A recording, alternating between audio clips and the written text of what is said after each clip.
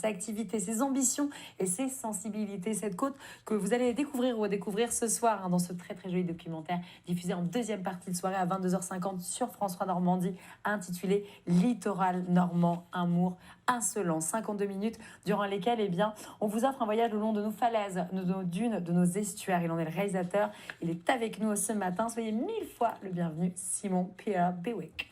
Bonjour Anne. J'ai dit le Pierre. Ouais, parfait. J'ai dit le Pierre parce que oui, en effet, un papa français, maman anglaise. Vous êtes originaire de York. Quand je vous ai appelé et quand je vous ai demandé comment vous souhaitiez être titré, vous m'avez répondu Prince de la Manche. Cher Prince, soyez le bienvenu. C'était sûr que j'allais vous le placer. J'espère que j'aurai la cartouche. Ouais, tout à fait. Vous avez 35 ans. Vous êtes né à Paris. Vous vivez à Caen. Hein. Vous avez eu plusieurs vies en études de sciences humaines. Steward pour une compagnie aérienne. Vous étiez à l'époque Prince de l'air, du coup, après Prince de la Manche. Plein de petits jobs, télé, dans le cinéma également, prof d'histoire. Mais depuis votre plus tendre jeunesse, Simon, vous avez une passion, faire des films. Vous avez d'ailleurs profité de votre expérience de steward pour faire des films à l'étranger à l'époque. J'emmenais toujours une caméra avec moi, en fait. C'était le truc. Mon premier salaire de steward, ça m'a servi à acheter une caméra. Et puis, du coup, l'avantage de pouvoir voyager, en fait, partout, je ramenais des images de partout.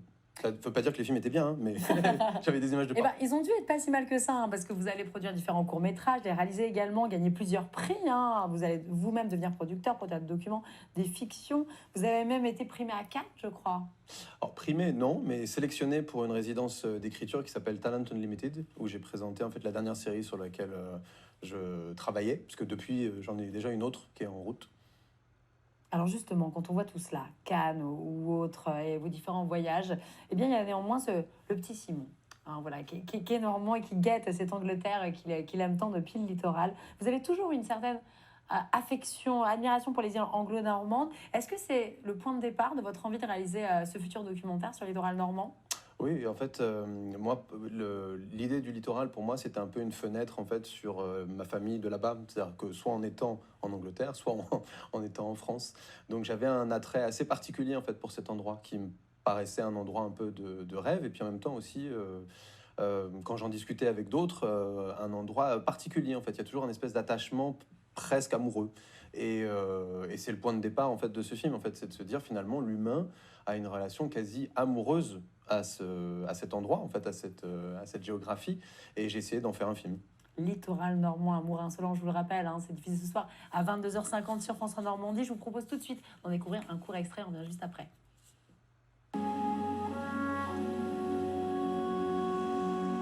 18e et 19e siècle, si je dis pas de bêtises, toute la côte du Cotentin, en fait, c'était un lieu de contrebande où il y avait contrebande de tabac très importante entre le littoral français et les îles anglo-normandes. Donc c'était un chemin de ronde. Et les ruines qu'on voit là-bas, c'est des geôles et des repères pour les douaniers. Et donc il y a tout un patrimoine historique, voire architectural qu'on trouve dessus. Donc je pense que ça a toujours été protégé. Juste en face, alors là, je sais pas si on arrive à les distinguer, il y a les écréous. C'est vraiment des gros rochers en fait qui se dévoilent à marée basse et dont une partie, le sommet de certains est hors de l'eau à marée haute également. Et c'est là où se passe une partie du roman de Victor Hugo, Les Travailleurs de la mer. Donc on est vraiment sur des endroits qui ont toujours inspiré la création en fait.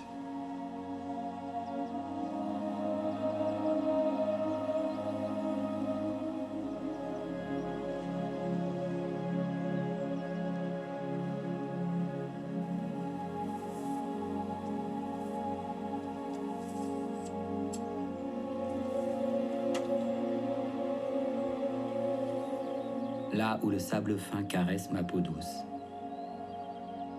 et d'où s'étend à l'infini la mer salée, emportée par la brise, je suis envoûté, et j'entends les battements de son cœur puissant.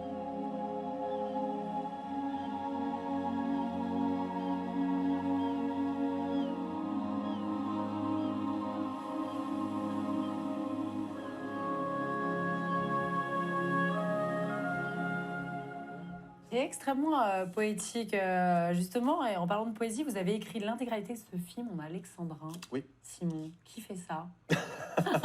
Je me pose la question aussi. Surtout que j'ai continué à réécrire cette voix off en fait jusqu'au dernier moment.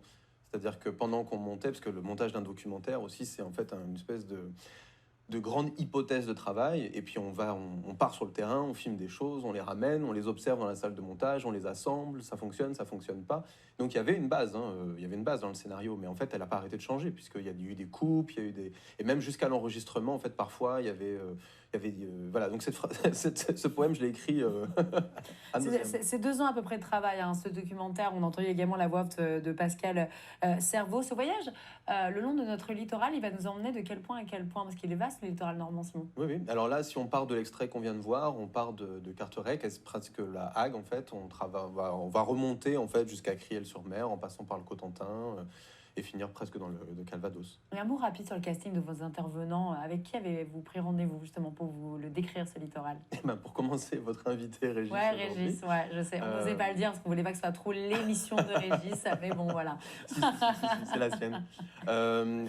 Stéphane Costa, dont on parlait tout à l'heure, en fait, qui est intervenant, Pauline Le Tortue, qui est une géographe bretonne, des passants, en fait, des gens. C'est-à-dire que moi, j'ai tourné sur à peu près, sur plusieurs journées, en fait, et je me baladais. Et donc aussi, en fonction des rencontres que je faisais, Lucien, le peintre qui ouvre le film, par exemple, est une rencontre fortuite que j'ai faite.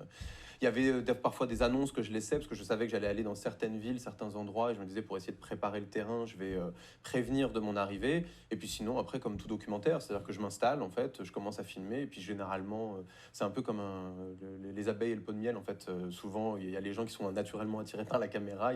Pourtant, le Normand est plutôt taiseux. En général, il a peur de la caméra. Il y a Régis qui acquiesce là-dessus, mais voilà, votre côté solaire, votre côté prince de la Manche, absolument, de toute évidence, attirer les Manchois, les Normands de manière générale, tous nos Normands. Littoral normand, amour, insolence. Et donc ce soir, un magnifique film de 52 minutes diffusé, je vous rappelle, à 22h50 sur France 3 Normandie, qu'on ne va pas louper. Simon P.R.J. Bewick, revenez quand vous voulez. Merci. C'est très agréable de vous avoir. On va continuer un petit peu dans le côté anglo-saxon avec le nouveau coup de cœur de notre Jacques Perrot. Simon, je vous libère. À très bientôt. Donc vous êtes formidable. Mon Jacques chéri, venez, installez-vous. Oui. Bienvenue avec un